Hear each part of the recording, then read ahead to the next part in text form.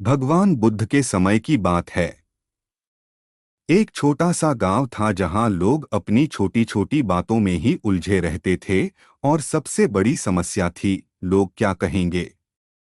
गांव के लोग इतने सतर्क थे कि कोई भी नया कदम उठाने से पहले वे हमेशा यही सोचते थे कि लोग क्या कहेंगे। इस डर के कारण गांव में न तो किसी ने नए विचार अपनाए और न ही किसी ने अपने जीवन में कोई बड़ा बदलाव किया। इसी गांव में एक दिन भगवान बुद्ध अपने शिष्यों के साथ पधारे। जब गांव वालों को पता चला कि बुद्ध आए हैं, तो कुछ लोग उनके पास पहुंचे और उनसे आशीर्वाद मांगा। एक बुजुर्ग व्यक्ति ने बुद्ध से कहा, भगवान, हमारे गांव के लोग हमेशा इस डर में रहते हैं कि लोग क्या कहेंगे। इसके चलते हम सभी बहुत संकुचित जीवन जीते हैं। बुद्ध मुस्कुराए और सभी को अपनी बात कहने के लिए आमंत्रित किया। बुद्ध ने गांव के लोगों से पूछा, क्यों, क्या तुम अपने मन की आवाज को सुनते हो या हमेशा दूसरों के कहे अनुसार ही चलते हो। गांव के लोग चुप हो गए और सोचने लगे। तभी बुद्ध ने उन्हें एक कहानी सुनानी शुरू की। बुद्ध ने एक राजा की कहानी सुनाई जो बहुत शक्तिशाली था, परंतु एक छोटे से डर में जीता था, लोग क्या कहेंगे। वह हर निर्णय लेने से पहले यही सोचता था कि उसकी प्रजा क्या सोचेगी।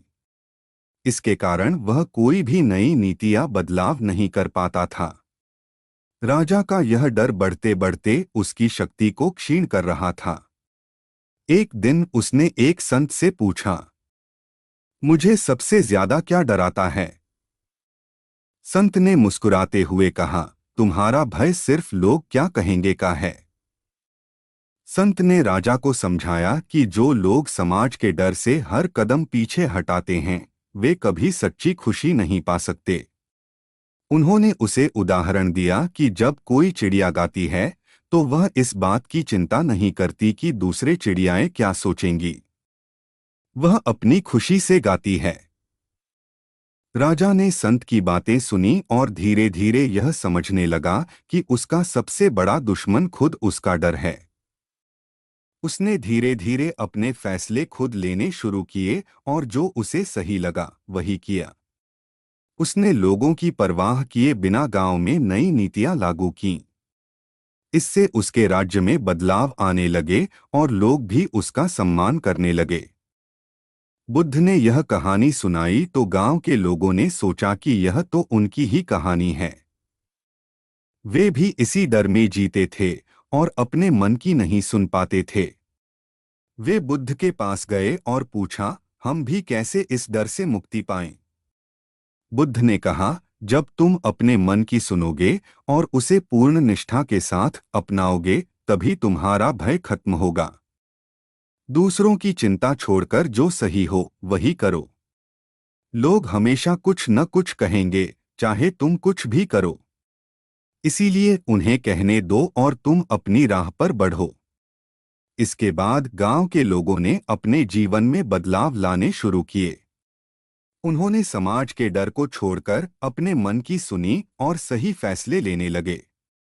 धीरे धीरे गांव में खुशहाली और सुख शांति लौट आई और सभी ने यह सीख लिया कि असली खुशी वही है जो अपने मन की सुनने में है, न कि समाज की बातों में। इस कहानी का सार यह है कि लोग क्या कहेंगे का भय केवल एक भ्रम है जो हमारे मन को कैद में रखता है। बुद्ध ने गांव के लोगों को यह सिखाया कि जब हम अपने मन की सुनते हैं और विश्वास के साथ आगे बढ़ते हैं, तभी हम सही मायनों में आजाद होते हैं। बाहरी दुनिया की चिंता छोड़कर जो हमें सही लगे वही करना चाहिए।